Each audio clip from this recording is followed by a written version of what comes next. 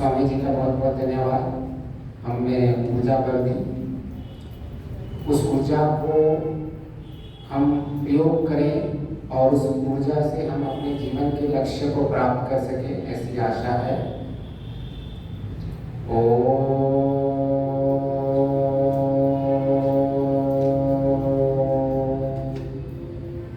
सत्य प्रेमी सज्जनों, हमारा विषय चल रहा है और उस विषय को लेके हमारी बहुत सारी प्रस्तुतियां हो चुकी हैं और उस विषय का मुख्य केंद्र बिंदु है विवेक।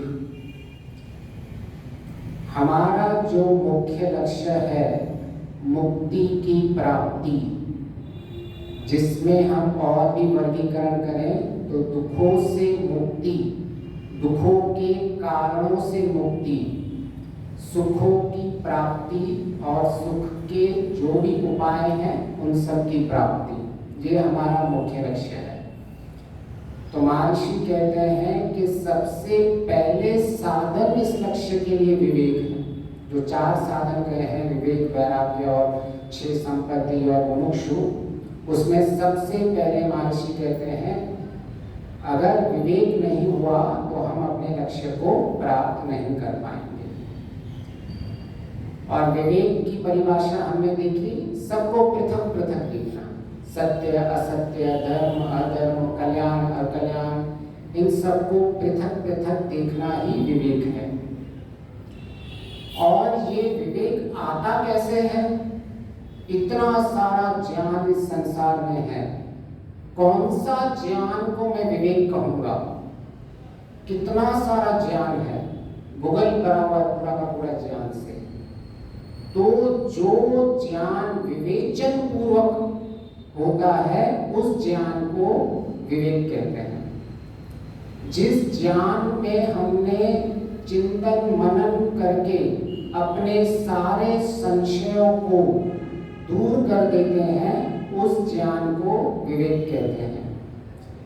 तो जो प्रक्रिया है विवेक की, जो साधन है, जिसको हम इंफॉर्मेशन कहते हैं, सूचना कहते हैं, converting information to the intellectual knowledge is the process of vivek, जो हम विवेचना के थ्रू करते हैं और जिसके थ्रू हम विवेक को प्राप्त करते हैं। उसके बाद आगे निधिध्यासन और साक्षात्कार भी रहता है, लेकिन विवेचना के लिए महर्षि ने सबसे अधिक बल दिया है। आज जो इस समाज की स्थिति है उसका मुख्य कारण केवल और केवल एक ही है, ज्ञान तो बहुत है लेकिन उसे हमने विवेचना नहीं की हुई है। विवेचन वो ज्ञान होता है, विवेचन से जो ज्ञान बाहर आता है हम उस ज्ञान की व्यापकता को समझते हैं। प्राय हम शब्द सुनते हैं और उस शब्द से वाक्य बनता है और उस वाक्य से ज्ञान निकलता है। लेकिन महर्षि क्या कहते हैं विज्ञान की परिभाषा? महर्षि कहते हैं साक्षात बोध, जिससे हमें साक्षात बोध हो। मतलब केवल शब्द नहीं, उन शब्द के पीछे छुपा क्या हुआ है वो शब्दों को हमें जब तक बोध नहीं होगा तब तक हम उसे विवेचन का आउटपुट नहीं मान सकते। तो हमें जब तक इन ज्ञान का सही हमें उसका साक्षात्कार नहीं होता, बोध नहीं होता, तब तक हम इस संसार में यूं ही भटकते रहेंगे। वो गणपति के नाम पे हो, वो किसी और के नाम पे भी हो सकता है।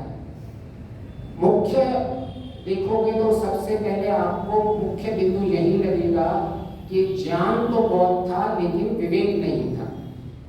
और आज भी हमारी स्थिति उसी डायरेक्शन में चल रही है। हम आज ज्ञान तो बहुत प्राप्त कर रहे हैं लेकिन उसमें हम विवेक को उत्पन्न नहीं कर रहे हैं, जिसको कहते हैं discrimination power, difference between true and false, difference between right and wrong. जिस दिन हमारी ऐसी बुद्धि हो जाएगी कि हम सत्य और असत्य को समझ पाएंगे, उस वक्त हम महर्षि दयानंद का जो सबसे मुख्य बिंदु था उसको हम जीवन में समझ पाएंगे।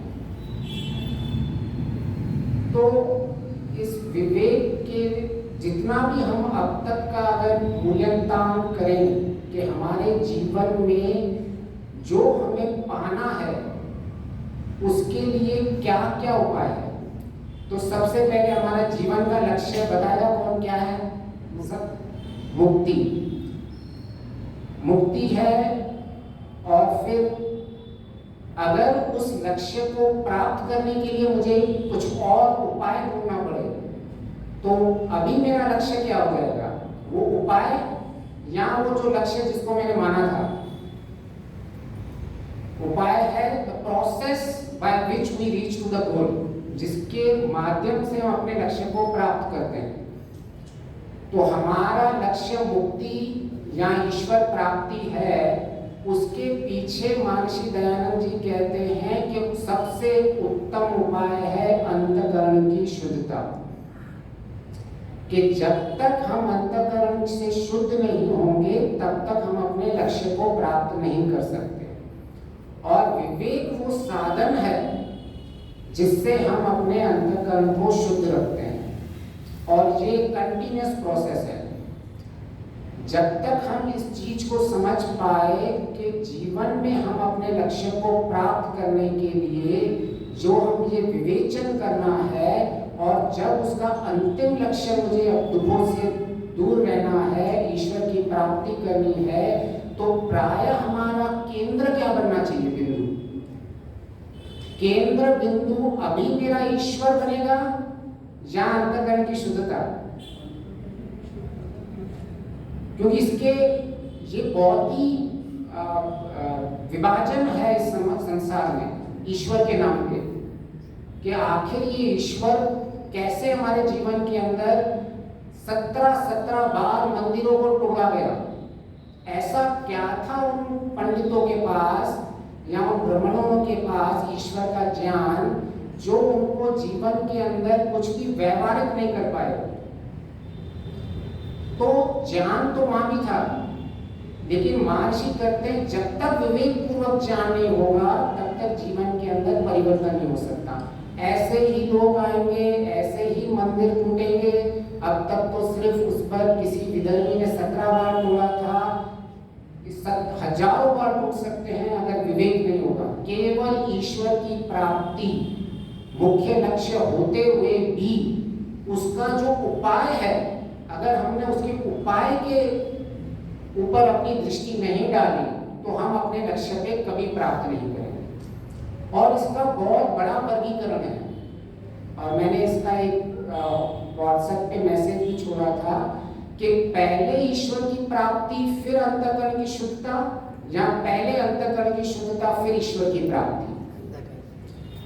तो ये बहुत बड़ा है कि जो लोग कहते हैं कि पहले ईश्वर के दर्शन होंगे, मैं उस ईश्वर के दर्शन करूंगा और अपने अंतःकरण को शुद्ध करूंगा, एक वर्ग वो भी है।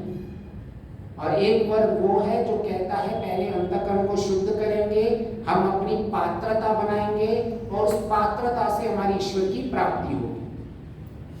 और सब अपने अपने तरीके से इसमें विवेचन कर रहे हैं कि आखिर अंतिम सत्य क्या है। तो अंतिम सत्य में हम जितना समझने की कोशिश करेंगे कि ईश्वर को साधन मान के अपने लक्ष्य की प्राप्ति की ओर बढ़ना, और उस साधन का प्रयोग करके अपने अंतःकरण को शुद्ध करना, जो पात्रता बनाती है ईश्वर की प्राप्ति के लिए। फिर से रिपीट करूं कि कई बार हमें ये प्रश्न आता है कि अगर ईश्वर मेरा प्राप्ति का लक्ष्य नहीं है तो क्या मैं अभी ईश्वर का कैसे सहायता मुझे मिलेगी? ईश्वर की अभी मैं ईश्वर को कैसे छोड़ूं कि मैं अंत में जाके ईश्वर को प्राप्त करूंगा? तो इसका तात्पर्य यह नहीं होता है कि अंतिम स्थिति ही ईश्वर की प्राप्ति होगी। ईश्वर कैसे हमारे जीवन में साधन की तरह प्रयोग कर पा रहे हैं। जब तक हम ईश्वर को साधन की तरह प्रयोग नहीं कर पाएंगे, और हम जो महर्षि दयानंद जी उपाय कह रहे हैं, अंतःकरण की जो शुद्धि ही उपाय है ईश्वर प्राप्ति के लिए, तो ईश्वर को साधन बना के, अंतःकरण को शुद्ध बना के हम पात्रता बनाते हैं ईश्वर की प्राप्ति के लिए। तो ये हमें स्पष्ट होना चाहिए। कई बार हम इसमें कंफ्यूज हो रहे हैं कि पहले ईश्वर या दूसरे कार्य। तो कहीं भी ईश्वर छूटता नहीं है, आप उसका साधन की तरफ प्रयोग करो या अंतिम साध्य की तरफ प्रयोग करो। लेकिन अगर कोई कह रहा है कि जो साध्य वो अंतिम है, तो उसकी हमें समझना पड़ेगा कि वक्ता का तात्पर्य क्या है। साध्य हमेशा अंतिम ही रहता है, कभी भी साध्य हमारे जीवन का पहले लक्ष्य नहीं बनता। तो हमें ये समझना पड़ेगा कि पहले ईश्वर साधन की तरफ कैसे प्रयोग करें। जब हम कह रहे हैं अंतःकरण की शुद्धता, तो ये अंतःकरण की शुद्धता का मुख्य पीछे तात्पर्य क्या है? उसका तात्पर्य अगर हम बहुत ही सिंप्लीफाइड में समझने की कोशिश करें, तो जो हमारे संस्कार है, अशुभ संस्कार है, जो हमारे क्लिष्ट संस्कार है, क्लेश युक्त संस्कार, उन संस्कारों को दूर करना ही अंतःकरण की शुद्धि है। अगर हम कोई भी कार्य ऐसा कर रहे हैं जिससे हम अपने संस्कारों पे परिवर्तन कर रहे हैं, जो संस्कार अशुभ संस्कार है, जो क्लिष्ट संस्कार है, उन क्लेश संस्कारों को दग्धीच करते हैं, वो हर कार्य हमें अपने लक्ष्य की ओर लेके जाएगा। तो अभी जब तक हमने एक बार जीवन में ये सारांश निकाल दिया, ये एक सिद्धांत बन जाना चाहिए कि अब मैं कुछ भी पढ़ूंगा, कैसे भी ज्ञान को प्राप्त करूंगा, ये सिद्धांत कभी खंडित नहीं होना चाहिए। अभी ज्ञान का विषय बहुत बड़ा है, लेकिन ये सिद्धांत हमारा खंडित नहीं होना चाहिए कि मेरे जीवन के अंदर जो भी मैं कार्य कर रहा हूं, उसके पीछे क्या मेरा मुख्य लक्ष्य है? संस्कारों को दग्धीच करना। क्या मैं अपने कुसंस्कारों के ऊपर काम कर रहा हूं? क्या मैं अच्छे संस्कार बना रहा हूं? और उनके लिए सारा का सारा योग भी उसी की परिभाषा में आता है। उपनिषद में कहा गया कि योग की परिभाषा दी है शुभ संस्कारों को धारण करना, अशुभ संस्कारों को दूर करना, कठोपनिषद में आता है। आप ऐसी योग में, अष्टांग योग में भी जब महर्षि के पतंजलि ऋषि यम नियम की बात करते हैं और 8 अंगों की बात करते हैं, तो इनका मुख्य लक्ष्य है अंतःकरण को शुद्ध करना, हमारे संस्कारों में परिवर्तन करना। और प्राय जब हम ऐसे कहते हैं कि हमारा जब लक्ष्य संस्कारों में परिवर्तन करना है, तो ऐसा प्रतीत होता है कि ईश्वर तो छूट रहा है। महर्षि ने तो कहा है कि ईश्वर की उपासना करनी चाहिए, मैं ये संस्कारों में कहां उलझ गया हूं? प्राय ऐसे प्रश्न है। अगर हम विवेचन नहीं करेंगे, विवेक का प्रयोग नहीं करेंगे, तो ऐसे प्रश्न आएंगे ही आएंगे कि मैं क्यों ईश्वर की उपासना कर रहा हूं। उस प्रश्न का उत्तर होना चाहिए कि मैं उपासना से पहले ईश्वर को शब्द प्रमाण से समझ रहा हूं, मैं ईश्वर को अनुमान प्रमाण से समझ रहा हूं। जब मैं ईश्वर की स्तुति कर रहा हूं, तो स्तुति कैसे मेरे ज्ञान के संस्कारों में परिवर्तन कर रही है? ईश्वर का एक एक नाम कैसे मेरे जीवन के अंदर मेरे संस्कारों में परिवर्तन कर रहा है, और वो मेरा जब तक संस्कार जब तक तद्बीज नहीं होंगे, मेरी पात्रता कभी नहीं बन सकती अपने जीवन के लक्ष्य को प्राप्त करने की। लेकिन प्राय हमें ऐसे लगता है कि ईश्वर तो छूट गया, अब मैं तो जीवन में कहां मैं इस संस्कारों में उलझ गया हूं। तो हमें ये स्पष्ट रहना चाहिए कि हम जब ईश्वर को भी मानते हैं, तो ईश्वर को भी महर्षि दयानंद जी बोलते हैं कि विवेचन करके मानो, कि ऐसे ही नहीं मिल जाता है ईश्वर का ज्ञान, ऐसे ही नहीं मिल जाता है ईश्वर का आनंद। किस तरह से ईश्वर की प्रेरणा मिलती है, उसका पूरा का पूरा ज्ञान होना चाहिए कि मैं केवल बैठा हुआ हूँ और अपने जीवन के लक्ष्य के बारे में सोच रहा हूँ, ईश्वर के नाम ले रहा हूँ, तो महर्षि उसको नाम के लिए कहते हैं ऐसा व्यर्थ है। उसके पीछे बोध क्या है? मुख्य महर्षि विवेचन में बार बार ये कहते हैं, जब आप कोई वाक्य बोल रहे हो तो वाक्य के पीछे बोध होना चाहिए। विज्ञान की परिभाषा ही महर्षि ने वो की है, साक्षात बोध। वरना तो महर्षि यहाँ तक भी कह चुके हैं कि कर्म और उपासना दोनों अविद्या है, और ये बहुत बड़ी बात है अगर कोई ऐसा कहे। हम तो मतलब कर्म और उपासना के अगर कोई गीता को फॉलोअर करना हो और उसके सामने कोई ऐसा कह दे कि कर्म अविद्या है, कोई उपासना में किसी की बहुत ज्यादा रुचि हो और उसको महर्षि कह दे कि भाई ये अविद्या है, तो ये तो बहुत बड़ा आक्षेप हो जाएगा। ये महर्षि कहना क्या चाहते हैं इसके पीछे? अगर आपका कर्म और उपासना के पीछे शुद्ध ज्ञान नहीं है तो ये दोनों अविद्या है।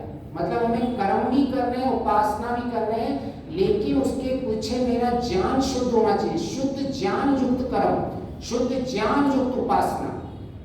तो अगर हमारी कर्म और उपासना दोनों में संस्कारों की शुद्धि प्राथमिकता नहीं है तो हम कभी अपने लक्ष्य को प्राप्त नहीं कर पाएंगे। हम कितने भी अच्छे कर्म जिसको हम मानते हो कर ले, जितनी भी अच्छी उपासना हम जिसको मानते हो कर ले, लेकिन उसके अंदर अगर ईश्वर के नाम से हम में ये प्रेरणा नहीं उत्पन्न हो रही है कि अब मैं ईश्वर का नाम ले रहा हूँ न्यायकारी, और कैसे मैं अपने जीवन को न्याय अपने जीवन में रखूं। मैं जब बोल रहा हूँ हे जगदीश ईश्वर तुम जगत के स्वामी हो, तो क्या मैं आज इस संसार में किसी भी कार्य करते हुए मैं अपने आप को स्वामी मान रहा हूँ या ईश्वर को स्वामी मान रहा हूँ? मैंने अपना घर का स्वामी अपने आप को माना रखा है या ईश्वर को मान के रखा हुआ है? मैंने अपनी गाड़ी का स्वामी अपने आप को मान के रखा है या ईश्वर को मान रखा हुआ है? लेकिन हमारी तो आरती ही छह जगदीश्वर सालों से कर रहे हैं। यही दुर्परिणाम हुआ है कि हमने विवेचन और विवेक को छोड़ दिया है। हमने ध्यान, उपासना, कर्म, परोपकार इन सबको हमेशा प्राथमिक देते हैं। हम ये भूल जाते हैं कि ये सारे एक माध्यम है। हमारे सारे ये माध्यम है अपने संस्कारों में परिवर्तन करने के लिए, जो महर्षि बार बार कहना चाहते हैं कि अंतःकरण की शुद्धता ही सबसे मुख्य उपाय है ईश्वर की प्राप्ति के लिए। अगर हमारे लक्ष्य में अंतःकरण की शुद्धता, हमारे संस्कारों में परिवर्तन नहीं समझ में आ रहा है हमें, तो हम बहुत बड़ी हानि कर रहे हैं हमारी। हमें कई बार लगता है कि कहीं हम कभी कभी डर भी जाते हैं, कहीं मैं ईश्वर को साइड तो नहीं रख रहा हूँ, कहीं मैं ईश्वर का इंसल्ट तो नहीं कर रहा हूँ, अपमान तो नहीं कर रहा हूँ ईश्वर को साइड में रखते हुए। नहीं, जो कार्य में आपका अंतिम लक्ष्य ईश्वर मोक्ष मुक्ति है वह कार्य करते ही रहना है हमें। उसमें ऐसा कभी नहीं मानना चाहिए कि ईश्वर हमसे छूट गया। आज मैं ये प्रस्तुति भी दे रहा हूँ, उस प्रस्तुति के पीछे अगर मैंने ये भावना बना के रखी हुई है कि जो है ये प्रस्तुति मेरी ईश्वर के समर्पण है, तो ये प्रस्तुति लग रही प्रस्तुति है, लेकिन ये मेरा ईश्वर के प्रति एक आदर हो गया। ये मेरा अपने आप में जीवन के अंदर लक्ष्य के प्रति एक कदम बढ़ गया है। लेकिन प्राय हमारे साथ एक ये भूल होती रहती है कि पहले ईश्वर का मतलब क्या है। ईश्वर की जब हम स्तुति कर रहे हैं, हे जगदीश बोल रहे हैं, मैं तो जगदीश इसीलिए शब्द को लेके आया कि अभी आप बहुत सारी आरतियां सुनते रहोगे, तो जब ये है जगदीश्वरी वाली आरती सुनो तो मन में जो स्वरूप है जगदीश्वर का, वो जगदीश्वर का स्वरूप आना चाहिए कि आखिर मैं काम ईश्वर का ही कर रहा हूँ। मेरे जीवन के अंदर मैं कहाँ कहाँ अपने आप को स्वामी मान के बैठा हूँ। आज हम ऐसी कोई क्रिया नहीं है जिसमें अपने आप को स्वामी नहीं मान के बैठे हुए हैं। व्यवहार के लिए ठीक है माना है, लेकिन उस व्यवहार के पीछे क्या है वो हमारे जीवन में स्पष्ट रहना चाहिए। तो हमारे जीवन का जब लक्ष्य हमें निर्धारित हो तो हमें स्पष्ट रहना चाहिए कि मेरा मार्ग क्या रहेगा, कि कैसे पहले मैं ईश्वर का साधन की तरफ प्रयोग करूंगा, जिससे मैं अपने संस्कारों में परिवर्तन करूंगा, जिन संस्कारों से परिवर्तन होके मेरे यम नियम को मेरे जीवन के अंदर उतरेंगे, उनसे मेरे जीवन के अंदर और शुद्धिकरण होगी। कैसे तप और स्वाध्याय मेरे जीवन के अंदर संस्कारों को तनु बनाएंगे, कैसे ईश्वर परिणाम मेरे संस्कारों में तनु बना रहा है, ये हर चीज में हमें स्पष्ट रहना चाहिए। नहीं तो जो सारे मंदिरों में इतना बड़ा आक्रमण हुआ था उसका मुख्य कारण केवल यही था उसमें कहीं ना कहीं नास्तिक जिम्मेदार नहीं थे। ऐसा नहीं था कि नास्तिक थे और हमारा पतन हुआ। वो पतन आस्तिकों के कारण हुआ है, जिन्होंने ईश्वर को और विवेक से ईश्वर को नहीं समझा है, वो पुरुषार्थहीन समाज बना देते हैं। वो पूरा का पूरा समाज पुरुषार्थहीन बन जाता है। उनके लिए ऐसा ही लगता है कि केवल मैं बैठूंगा, अंदर मेरी स्थिति बनने वाली है और ईश्वर मेरे को ज्ञान दे देगा। हम हमारी प्रार्थना में क्या करते हैं? मैं आपकी गोद में बैठने का अधिकारी हूँ, राइट? अभी हम क्या उपासना में बैठकर ईश्वर के ज्ञान और आनंद के अधिकारी बनते हैं? ईश्वर नहीं देता है भिखारियों को। हम कहीं ना कहीं ईश्वर का अपमान कर रहे हैं। अगर हम ईश्वर को न्यायकारी मानते हैं तो ईश्वर कभी ऐसा अन्याय किसी के ऊपर नहीं करेगा कि जिसने अपने अंतःकरण को शुद्ध के लिए, कोई भी शुद्ध के लिए पर्याप्त कर्म नहीं किए हुए हैं, उन कर्मों के लिए जब तक अंतःकरण की शुद्धता नहीं बनती है तब तक ईश्वर ऐसे साक्षात्कार नहीं देता है। हमें ये स्पष्ट हो जाना चाहिए कि जो मेरी अंतिम स्थिति है साक्षात्कार की और जो मेरी अभी की स्थिति है, हाँ मैं अभी ध्यान लगा रहा हूँ, मैं ईश्वर के गुणों को ले रहा हूँ, मैं हर एक गुण को, ईश्वर को कैसे मेरा वो एक एक गुण, उस स्तुति का जो फल है, ईश्वर के गुण कर्म स्वभाव जैसे मुझे बनते रहना है। ईश्वर मेरे अग्र भाग में है हमेशा और मेरा हर एक कार्य उस तरह से चल रहा है कि मेरे संस्कारों में हर एक चीज में परिवर्तन होते आ रहा है, तो हमारे जीवन के लक्ष्य को हम प्राप्त कर पाएंगे। नहीं तो वही हाल होगा जो हमारी हिस्ट्री रिपीट कर लेंगे। एक पुरुषार्थहीन संसार हम क्रिएट कर लेंगे। तो ईश्वर को सही सही समझना, आत्मा को सही सही समझना, प्रकृति को शुद्ध समझना, इन तीनों का जब जब शुद्ध ज्ञान होता है तो उसको विवेक ज्ञान कहते हैं। और कई बार हम ये कहते हैं, जैसे कहते हैं परोपकार में सबसे मुख्य है। अभी अभी स्वामी जी ने बताया कि क्या कोई आत्मा से पहले परोपकार को इम्पोर्टेंट रख सकता है? उपनिषद में स्पष्ट बता रहे, लिख रहे कि आपका मुख्य प्रयोजन होता है अपने आत्मा का सुख, लेकिन हम क्या मानेंगे? परोपकार ही अंतिम है। तो ये ज्ञान होते हुए भी ये उपनिषद के ऋषि क्या कह रहे हैं, महर्षि दयानंद जी कहना क्या चाहते हैं? परोपकार करना है। परोपकार से मेरा अंतःकरण शुद्ध होता है, दया की भावना से मेरा अंतःकरण शुद्ध होता है, जिससे मेरी पात्रता बनती है, उस पात्रता से मैं ईश्वर प्राप्ति करता हूँ। लेकिन कभी मुझ में ऐसा कभी नहीं होता कि ये परोपकार मुख्य है और ईश्वर पीछे रह गया। कभी ऐसा नहीं होगा कि परोपकार आ गया और मेरी मुक्ति पीछे रह गई। कभी ऐसा नहीं होगा परोपकार आ गया और मेरा आत्मा का लाभ पीछे रह गया। तो ये महर्षि विवेक पैदा करना चाहते हैं कि आप जब जीवन में प्रायोरिटीज डिसाइड करते हो, उन प्रायोरिटीज को कैसे सेट करते हैं। तो जीवन के अंदर में स्पष्ट होना चाहिए कि ईश्वर जब साधन की तरह मैं प्रयोग कर रहा हूँ तो साधन का एक एक नाम, ईश्वर का नाम कैसे मेरे जीवन के अंदर परिवर्तन करके आ रहा है। कैसे कई शब्द महर्षि ने लिखे हुए हैं आर्यभट्ट में, एक एक शब्द का महर्षि ने पूरा खोला हुआ है। वो कभी नहीं जो हमारा 10 नियम में महर्षि ने जो ईश्वर के नाम बताए हैं, उनको एक एक शब्द को खोला हुआ है और वो शब्द क्या संकेत कर रहे हैं, कहाँ लेके जाने के लिए, वो ईश्वर की ओर डायरेक्ट लेके जाने जा रहे हैं, या वो कह रहे हैं इनके माध्यम से आप अपने संस्कारों में परिवर्तन करो। एक एक शब्द है ईश्वर का और जहाँ एक एक आपके संस्कारों में परिवर्तन आपको दिखता रहेगा। ईश्वर निरुपद्रव है, तो कैसे मुझे निरुपद्रव बनना है, कैसे मुझे बात बात में क्रोध आता रहा है, मेरे क्रोध मेरे नाक पे पड़ा हुआ है, तो ईश्वर की उपासना कोई काम नहीं आएगी। आपको सबसे पहले उसका कारण ढूंढना पड़ेगा। ईश्वर ने बुद्धि दे के रखी है, ईश्वर ने वेद का ज्ञान दिया हुआ है, ईश्वर ने कैसे हमारे ऊपर संयम रखना है उसका भी ज्ञान दिया हुआ है। सारा ज्ञान ईश्वर ने पहले से ही दिया हुआ है। ईश्वर की विशेष कृपा पहले से ही हम पे बनी हुई है, लेकिन हम आग्रह बना के ऐसे बैठ जाते हैं कि जब तक मैं ऐसी विशेष स्थिति में नहीं जाऊंगा तब तक मुझे ईश्वर से सहायता नहीं मिलती है। हर पल ईश्वर से सहायता मिल रही है हमें। अलग अलग माध्यम ईश्वर ने ढूंढे हुए हमारी सहायता करने के लिए।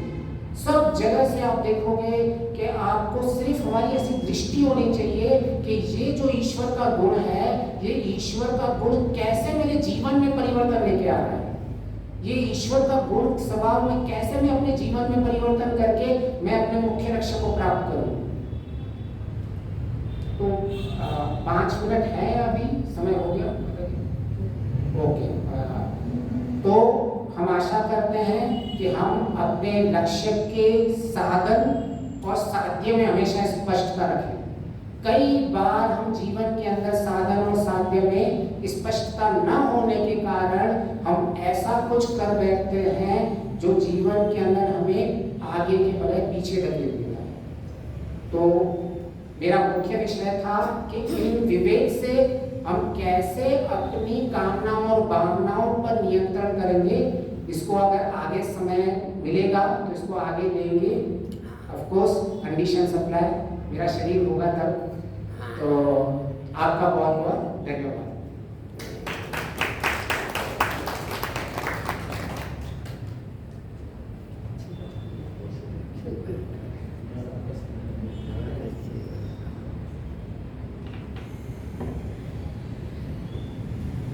सबका अभिवादन करते हुए सादर नमस्ते।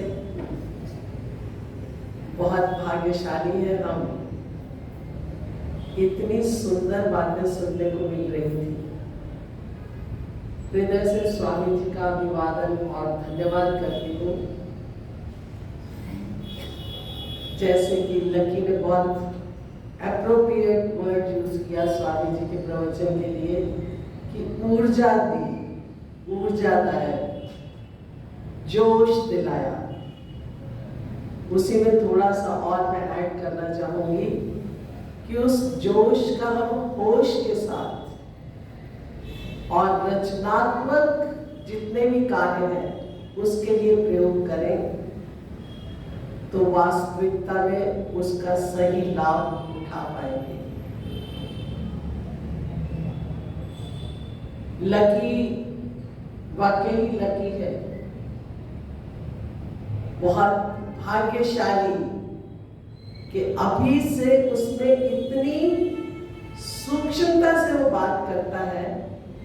मुझे आज की जो बात उसकी सबसे अच्छी लगी कि ईश्वर भिखारियों को कुछ नहीं देता। जब तक पुरुषार्थ नहीं करेंगे तब तक कुछ नहीं मिलने वाला। और एक बात जो मैं अक्सर कहा करती हूँ कि क्या कभी हमने भिखारी को, एक भिखारी को दूसरे भिखारी से मांगते हुए देखा? कभी नहीं देखा। और हम क्या करते हैं? हम तो खूब मांगते हैं, ये सोचकर कि दूसरा आदमी मुझे खुशी दे देगा, दूसरा आदमी मेरे सुख को बढ़ाने में हेल्प कर देगा। ये भिखारी से भिखारी का मांगना ही है। दूसरा आदमी तो खुद उसी की तलाश में है। पुरुषार्थ तो हमें करना है। और कहां पर करना है? संस्कारों पर। बेसिक जो मूल तत्व की बात है कि कार्य संस्कारों पर करना होगा। अपने संस्कारों से शुरुआत करें और उसके लिए पुरुषार्थ की आवश्यकता है। उसके लिए ईश्वर का सहारा किस तरह से, उसी को साधन बनाकर और फिर उसी साध्य तक पहुंचना। दृष्टि होनी चाहिए, पात्रता बनेगी ही। इतना ही कहना चाहूंगी क्योंकि बहुत अच्छी बातें कही हैं। उन्हीं को हम अपने अंदर संजो लें और उसके साथ साथ अपने विचारों और भावनाओं पर संयम रखते हुए सही दिशा का अपने लिए चयन कर पाए, सही दिशा पर चल पाए। इन्हीं शब्दों के साथ स्वामी जी का, लकी का धन्यवाद करती हूँ और आप सबका भी धन्यवाद करती हूँ कि आप अच्छी संख्या में यहाँ आए हैं। कुछ एक